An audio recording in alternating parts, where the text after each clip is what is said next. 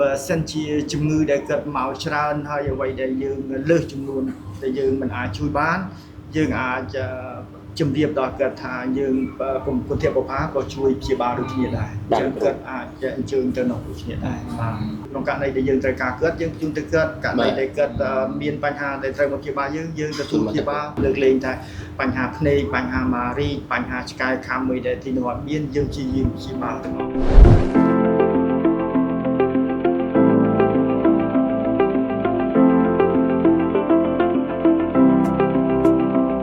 ជាបងប្អូនទាំងអស់បានជ្រាបស្រាប់ហើយអំពីទីពេទ្យកម្លាំងគោអញ្ចឹងបាទថាព្រោះយើង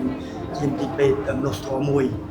ដែលបានបង្កើតឡើងតាំងពីឆ្នាំ1999ប៉ុន្តែបើនិយាយពីចាប់ផ្ដើមតាំងពី97នេះយើងកសាងអគារចាក់ដីហើយយើងបានកសាងទីពេទ្យនេះមួយក៏នោះវាជាផ្នែកមួយរបស់មន្ទីរពេទ្យខេត្តទេតែហៅថាជាអគារមួយសម្រាប់ព្យាបាលកុមារពីទីពេទ្យខេត្តក៏ដូចជាបញ្ហាក្នុងការផ្ដល់សេវាព្យាបាលដែរគឺយើងធ្វើពីតូចឥឡូវនេះយើងព្យាបាលទៅដល់កុមារយ៉ាងច្រើនហើយយើងមានសវិសរហូតដល់ជាសវិសឯកទេសជាច្រើនដូចជាមហារីកដូចជាបញ្ហាភ្នែកដូចជាបញ្ហាទារកទើបកើតអីជាដើមគឺយើងព្យាបាលក្មេងរហូតដល់ផ្នែកឯកទេសអញ្ចឹងគឺការវិវត្តរបស់ទីពេទ្យកុមារគោរយៈពេល20ឆ្នាំជាងនេះគឺមានការរីកចម្រើនដែលយើងខ្លាចទៅជាទីពេទ្យឯកទេសមួយសម្រាប់ស្រុកខ្មែរយើងហើយយើងផ្នែកយើងមានផ្ដល់ទីពេទ្យយើងមានផ្នែកបណ្ដុំដាលហើយមួយទៀតយើងមានផ្នែកខាងសហគមន៍ព្រោះយើងថាយើងមិនមែនតែការព្យាបាលទេបណ្ដុំដាលយើងមានការការពារបាទការពារសំខាន់តែយើងធ្វើដំណើរការជាមួយគ្នាតាំងពីឆ្នាំ2002មកគឺទីពេទ្យដំណើរការបានមួយឆ្នាំ2ឆ្នាំគឺឃើញថាជំងឺភាគច្រើនគឺជំងឺដែលអាចការពារបានចឹងហើយបានយើងបង្កើតរបៀបការពារធ្វើម៉េចដើម្បីកាត់បន្ថយព្រោះយើងដឹងហើយអ្នកខ្លះធ្វើដំណើរតាំងពីមណ្ឌលគិរីរតនគិរីជំងឺធម្មតាហេតុអ្វីយើងត្រូវធ្វើការពារដើម្បីកាត់បន្ថយបញ្ហាជំងឺដែលអាចការពារបានចឹងហើយបានយើងចូលរួមក្នុង3កម្មវិធីហ្នឹងបាទព្រោះយើងមិនមែន focus ទៅលើតែមន្ទីរពេទ្យទេគឺយើងច្រើនជាងមន្ទីរពេទ្យដែលយើងគិតថាយើងអាចធ្វើការផ្លាស់ប្ដូរហើយយើងកន្លងមកប្រហែលដោយសារតែមានបញ្ហាសង្គ្រាមព្រំដែនយើងក៏ឆ្លៀតបុគ្គលិកយើង volunteer ដើម្បីទៅបើកជួយដល់ជនភៀសសាច់ដើម្បីជួយគាត់ជាពិសេសមនុស្សចាស់អីដែលគាត់មានបញ្ហាគេមិនលក់មានបញ្ហាវិបត្តិដោយសារតែគាត់ឆ្ងាយពីផ្ទះមានបញ្ហាហើយក្មេងយើងបានជួយ support អ្វីដែលយើងអាចធ្វើទៅបានហើយបានយើងការជួយពីខាងបងប្អូនមកគឺយើងជួយពីនេះហើយយើងអាចអ្វីដែលយើងអាចជួយបានហើយបុគ្គលិកជួយជាកម្លាំងទឹកចិត្តបរិច្ចាគកម្លាំងពេលវេលាតែជួយនៅទីនោះដែរជិះគ្រូមួយថ្ងៃទៅទទួលបងប្អូនបានចន្លោះឥឡូវនេះវាជា300ទៅ400បាទបងប្អូននេះគិតឲ្យគាត់ថាមានតម្រូវការដែលត្រូវព្យាបាលហើយចំនួនលើសហ្នឹងយើងអាចជួយនៅក្នុងកម្រិតហ្នឹងលោកគ្រូមានមធ្យោបាយអីឬក៏ជំរាបគាត់យ៉ាងម៉េចដែរលោកគ្រូ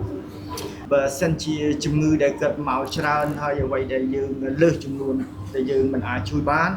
យើងអាចជំរាបដល់គាត់ថាយើងគុណធម៌បុព្វាក៏ជួយព្យាបាលដូចគ្នាដែរយើងគាត់អាចអញ្ជើញទៅនោះដូចគ្នាដែរបាទលើកលែងថាបញ្ហាភ្នែកបញ្ហាម៉ារីកបញ្ហាឆ្កែខាំមួយដែលទីនោះអត់មានយើងព្យាបាលទាំងអស់មកតែមកបាទដោយបញ្ហាភ្នែកបញ្ហាធ្មេញបញ្ហាអីដែលខាងនោះអត់មានយើងព្យាយាមព្រោះយើងដឹងថាគាត់ទៅនោះក៏អត់មានសេវាដែរបាទគឺទូទៅយើងផ្ដល់បញ្ជូនគាត់ទៅនោះព្រោះនៅនោះទីនោះគាត់រៀបផាធំបាទគាត់អាចព្យាបាលហើយគាត់មានធនធានច្រើនល្អមែនទែនដែលយើងមានមន្ទីរពេទ្យហើយគាត់តែមានធនធានច្រើនសម្រាប់ការចូលរួមពីរដ្ឋាភិបាលមកច្រើនមែនទែនបាទអញ្ចឹងក៏យើងអាចហៅថានេះវើទៅជួយគ្នាទៅមកទៅវិញដែរក្នុងករណីដែលយើងត្រូវការគាត់យើងជូនទៅគាត់ករណីដែលគាត់មានបញ្ហាដែលត្រូវមកព្យាបាលយើងទទួលព្យាបាលយើងធ្វើអ្វីទៅតាមលទ្ធភាពសមត្ថភាពរបស់យើងនៅទីនេះបាទគឺថាបច្ចុប្បន្ននេះយើងមានខ្មែរយើងចូលរួមបានប្រហែលជា30%ហើយជាចក្ខុវិស័យរបស់លោកគ្រូដូចជាមន្ទីរពេទ្យលោកគ្រូគិតថាយើងខ្មែរយើងអាចថាយើងជួយគ្នាបាន 100% អាចថាឆ្នាំណាដែរលោកគ្រូខ្ញុំសង្ឃឹមថាយើងនឹងអាចបាន 100% ព្រោះខ្ញុំគិតថាក្នុងរយៈពេល10ឆ្នាំឬក៏5-10ឆ្នាំទៅមុខទៀតខ្ញុំគិតថាខ្មែរយើងអាចជួយនៅពេលដែលសេដ្ឋកិច្ចរបស់យើងនៅពេលប្រទេសជាតិយើងជឿនលឿនព្រោះខ្ញុំគិតថាវាមិនជាច្រើនប្រមាណទេបន្តិចម្នាក់ព្រោះរាល់ថ្ងៃក៏យើងមានសមាជិកមិត្តអ្នកគ្រប់គ្រងទីពេទ្យកម្លាំងគោដែលគិតជាបរិច្ចាគជាប្រចាំមួយខែ$5មួយខែ$2 $1ទៅតាមលទ្ធភាពរបស់គាត់ហើយយើងក៏មានមូលនិធិមួយទៀតយើងហៅថា endowment fund មូលនិធិ endowment fund នេះដោយសារតែយើងមានយកឈ្មោះគឺជា CEO របស់ទីពេទ្យកុមារអង្គរមុនខ្ញុំហ្នឹងគាត់មាន board គាត់បង្កើតជាមូលនិធិendowment fund គឺយើងដើម្បីធ្វើម៉េចនិរន្តរភាពទៅថ្ងៃអនាគតមិនអញ្ចឹងឯងបានមានសកម្មដែលមានក្រុមប្រឹក្សាពិបាលរបស់យើងដែលគាត់ជាអ្នកដឹកនាំហើយដើម្បីរកថវិកាហ្នឹងហើយថវិកាអ្នកដែលបរិច្ចាគហ្នឹងគឺគាត់យកនៅធ្វើ invest នៅក្នុងសហរដ្ឋអាមេរិកហើយអត់យកលុយដែលគាត់ដោតលេខមកគាត់អត់ប៉ះទេគឺគាត់មានក្រុមប្រឹក្សារបស់គាត់មួយ endowment fund ហ្នឹងគឺលុយអ្នកណាដែលគាត់ចង់បរិច្ចាគដើម្បីជួយទីពេទ្យទៅថ្ងៃអនាគតដែលជាគេដំណើររបស់គាត់អូខេមុនគាត់ស្លាប់ទៅគាត់មានសល់អីគាត់ជួយប្រមាណឬក៏អ្នកមានគាត់ជួយប្រមាណទៅលុយហ្នឹងអត់ប៉ះពាល់ទេលុយដែលគាត់ endowment fund អត់ប៉ះពាល់ទេ$10000និង$10000ដែរប៉ុន្តែ5ឆ្នាំក្រោយអាលុយដែលបានពី investment ហ្នឹងមកជួយទីពេទ្យកុមារអង្គរយើងឃើញថាអ្នកខ្លះគាត់មានលទ្ធភាពដល់ពេលគាត់ចាស់ទៅលុយគាត់នឹងយកទៅណាគាត់ឲ្យមកនេះយើងចាយអស់លីងមែនបាទជួយប៉ុន្តែដាក់លុយគាត់100000ទៅ100000ដដែលប៉ុន្តែលុយហ្នឹងជួយមករហូតបាទលុយដែលបានពីអាកើតនឹងមកគឺជួយរហូតអញ្ចឹងឯងបានគាត់មានគំនិតនឹងដោយសារតែនៅសហរដ្ឋអាមេរិកនៅសាកលវិទ្យាល័យនៅកន្លែងផ្សេងៗគឺមានដាក់យ៉ាងចឹងអ្នកដែលចូលរួមក៏គាត់សប្បាយចិត្តតែលុយគាត់អត់ទេគាត់ដឹងថាលុយគាត់ជួយមកជីវិតហ្នឹងមិនអស់ទេព្រោះលុយគាត់នៅដដែលអញ្ចឹងណាអូនបាទហ្នឹងហើយបាទយើងគិតថានឹងអាចជាចំណូលមួយបាទទៅថ្ងៃក្រោយខ្ញុំគិតថាក្នុងរយៈពេល5ឆ្នាំទៅក្រោយទៀតយើងនឹងបានចំណូលពី endowment fund ហ្នឹងហើយបាទអញ្ចឹងពីនេះរហូតដល់5ឆ្នាំយើងត្រូវខិតខំព្រោះថាគាត់យើងក្នុងរយៈពេល5ឆ្នាំទៅមុខយើងនឹងខំព្យាយាមទៅបាន50%ក្នុងស្រុកបាទបើលើយើងបាន30%ឯងឥឡូវយើងកាត់ខំទៅមិនហ្នឹងហើយប៉ុន្តែយើងគិតថាប្រហែលជាវាមានប្រឈមតិចដោយសារតែយើងមានបញ្ហាសង្គ្រាមទៅបាទបើសិនជាអត់មានបញ្ហាសង្គ្រាម